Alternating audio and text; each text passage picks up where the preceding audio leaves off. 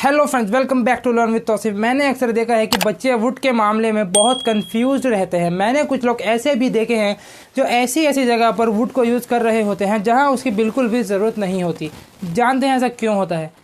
ऐसा तब होता है जब हम किसी कॉन्सेप्ट को अच्छे से नहीं समझते, मगर अपने आप को तसल्ली देते रहते हैं कि हाँ, मुझे तो इंग्लिश आती है, मुझे क्या ज़रूरत है सीखने की। मुझे यकीन होगा आप उन लोगों में से नहीं हैं। तो मैं बात कर रहा था वुड की। आप ये बात जानकर हैरान हो जाओगे कि वुड को इंग्लिश में 20 तरीक़ों से यूज़ किया जाता है, यानी कि वुड के 20 अलग मीनिंग होते हैं जो कि डिपेंड करते हैं सेंटेंस फॉर्मेशन पर। और मैं आज उन सभी 20 टाइप्स को एक्सप्लेन करूँगा। और यकीन मानिए ये इतना आसान है कि वीडियो ख़त्म होते होते आप सीख जाएंगे। तो शुरू करते हैं सिर्फ वुड के यूज़ से। तो अकेले वुड को 7 तरीक़ों से यूज़ किया जाता है। उनमें से एक का मीनिंग होता है करता, यानी कि जब कभी भी आप सेंटेंस में करता, जाता, खेलता, बोलता जैसे सेंटेंस यूज़ करोगे ना, तो वहाँ पर वुड यूज़ होगा। फॉर एग्ज़ाम्पल, आज मैं पार्टी अटेंड करता मगर मुझे कुछ काम है।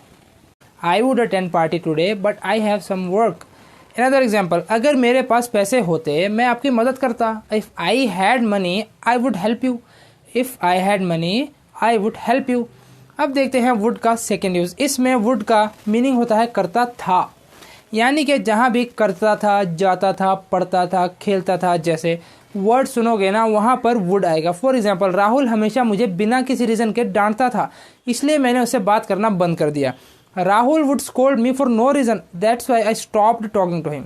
हाँ, एक बात और, ऐसे वाक्यों में आप वुड की जगह यूज टू को भी यूज़ कर सकते हो। यूज टू के ऊपर एक डिटेल्ड वीडियो आपको मेरे चैनल पर मिल जाएगी, वहाँ जाकर देख सकते हो। वुड का नेक्स्ट यूज़ वहाँ होता है जहाँ करेगा, करेगी, खाएगी, बोलेगी जैसे वर्ड्स यूज़ होते हैं। और ये सेंटेंस फ्यूचर के बारे में नहीं होता, बल्कि फ्यूचर इन पास्ट में होता है। फॉर एग्जांपल, राहुल ने कहा कि वो तौसीफ की फार्मेसी से कुछ खरीदेगा।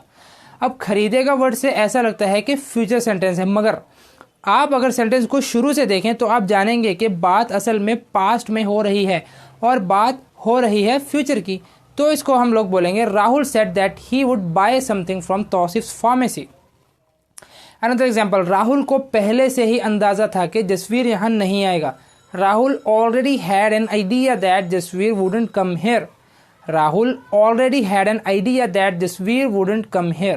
अगला जो वुड का यूज़ है वो किसी पॉसिबिलिटी यानी कि संभावना या फिर अनसर्टेनिटी के लिए होता है। मतलब कि कोई काम हो भी सकता है और नहीं भी, तो ऐसे मौक़ों पर भी वुड यूज़ होगा। और इसकी पहचान भी आप करेगा, करेगी, बोलेगी जैसे वर्ड से कर सकते हैं जो कि गा, गे, गी पर ख़त्म हो रहे हैं। फॉर एग्जांपल, जहाँ तक मैं राहुल को जानता हूँ वो इस प्रपोजल को कबूल नहीं करेगा।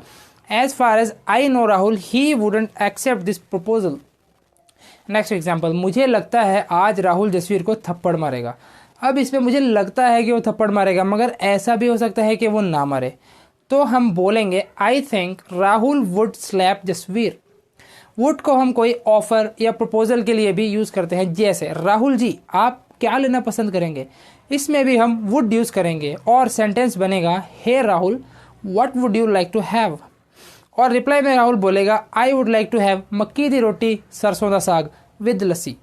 नेक्स्ट, वुड को आप रिक्वेस्ट के लिए भी यूज़ कर सकते हैं। फॉर एग्जाम्पल, क्या आप प्लीज़ चुप करेंगे, would you please be quite. Another example, क्या आप प्लीज़ मुझे जाने देंगे, would you please let me go.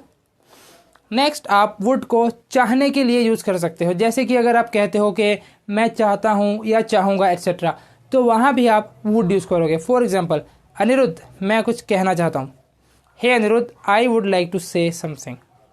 Another example, मैं और पैसे कमाना चाहूँगा, I would like to earn more money. तो ये थे सिर्फ वुड के यूजेस। अब बात करते हैं वुड बी के, जो कि 4 तरह से यूज़ किया जाता है। वुड बी का मतलब है होता। मतलब जहाँ भी सेंटेंस में होता वर्ड आ जाए वहाँ वुड यूज़ होगा। फॉर एग्जांपल, राहुल आज एक रैपर होता, Rahul would be a rapper today. Rahul आज इजिप्ट में होता, Rahul would be in Egypt today etcetera. अब देखते हैं वुड बी का नेक्स्ट यूज़। इसमें इसका मीनिंग होगा होता था, होता था। फॉर एग्जाम्पल, जब भी मैं मार्केट जाता राहुल मार्केट में होता था। Whenever I would go to market Rahul would be in market. Another example, जब भी मुझे राहुल की ज़रूरत पड़ती वो मेरे साथ होता। Whenever I needed Rahul, he would be with me. He would be with me। अगला जो would be है ना, इसका मीनिंग है कर रहा होता। कर रहा होता, जैसे वो काम कर रहा होता, वो अब पहुंच रहा होता, वो जाग रहा होता, एटसेट्रा। तो वहाँ यहाँ भी would be यूज़ होगा। फॉर एग्जाम्पल, आज राहुल उस कंपनी में काम कर रहा होता। Rahul would be working in that company today। काश मैं राहुल को थ्योरी ऑफ रिलेटिविटी सिखा रहा होता। I wish I would be teaching Rahul theory of relativity.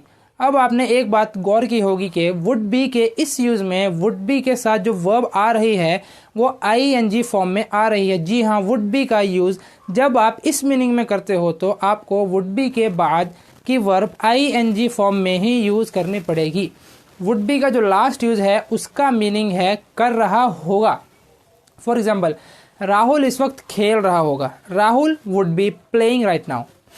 Another example, क्या जसवीर ऑफिस जा रहा होगा। Would Jasveer be going to office these days. Next है वुड हैव। इसका मीनिंग होता है चुका होता। हम लोग इसे बहुत यूज़ करते हैं, जैसे कि कर चुका होता, जा चुका होता, पढ़ चुका होता वगैरह।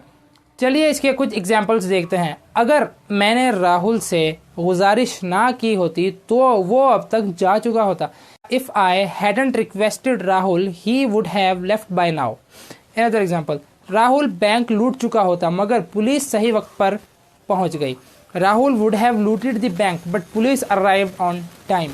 वुड हैव का एक और मीनिंग आएगा चुका होगा, जैसे कि कर चुका होगा, सो चुका होगा, जा चुका होगा, एटसेट्रा। फॉर एग्जाम्पल, राहुल जा चुका होगा, Rahul would have gone. An example, Tauseef अब तक फिनिश कर चुका होगा, Tauseef would have finished by now. ये तो हो गया वुड हैव का यूज़। चलिए अब देखते हैं वुड हैव बीन के यूज़। इसको दो तरह से यूज़ किया जा सकता है। इसका पहला मीनिंग आएगा हो चुका होता या होता। हो चुका होता या सिर्फ होता। फॉर एग्जाम्पल, अगर राहुल ने अच्छे से पढ़ाई की होती तो वो आज एक लॉयर होता। If Rahul had studied well he would have been a lawyer today. अब देखते हैं वुड हैव बीन का दूसरा यूज़। यहाँ पर वुड हैव बीन का मतलब होगा किसी समय से कर रहा होता, किसी समय से कर रहा होता। फॉर एग्जाम्पल, वो सुबह से सो रहा होता अगर मैं उसे नहीं डांटता। He would have been sleeping since morning if I hadn't scolded him.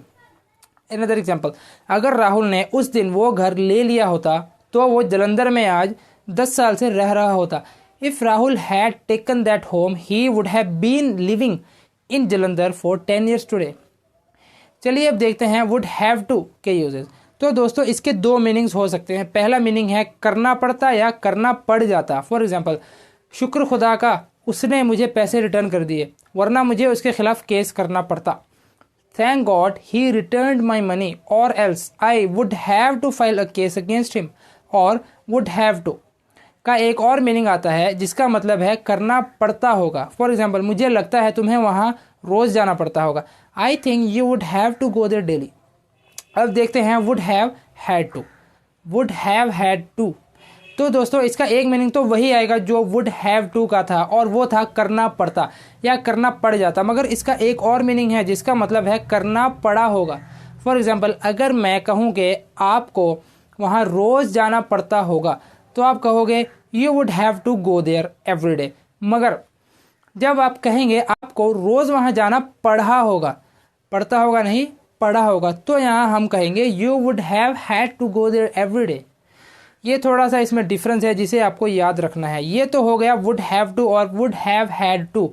अब समझते हैं वुड हैव हैड को। इसका मीनिंग होगा पास होता। आज मेरे पास ये सब होता पर मैंने उस दिन बड़ी गलती की। आई would have had all this but I have made a huge mistake that day. Another example, अगर तुमने मुझे पैसे सेव करने दिए होते तो आज मेरे पास बोल्ट होता। If you had let me save money I would have had a bolt today. तो दोस्तों बस ये थे वुड के सभी कॉन्सेप्ट। इसमें अगर आपको कोई डाउट्स क्लियर ना हुए हों तो वीडियो को बार बार देखें। मुझे उम्मीद है कि आप इसे अच्छे से समझ लेंगे। चलिए अब मैं आपको कुछ सेंटेंसेस दूंगा वुड से रिलेटेड। आपको कमेंट बॉक्स में इन सब सेंटेंसेस को इंग्लिश में ट्रांसलेट करके लिखना है। आपकी प्रैक्टिस भी हो जाएगी और कॉन्सेप्ट भी अच्छे से क्लियर हो जाएगा। नंबर 1, अगर मैंने तुम्हारी बात सुनी होती तो आज मैं एक फार्मासिस्ट होता। सेकंड, तुम्हें तो रोज़ जल्दी उठना पड़ता होगा।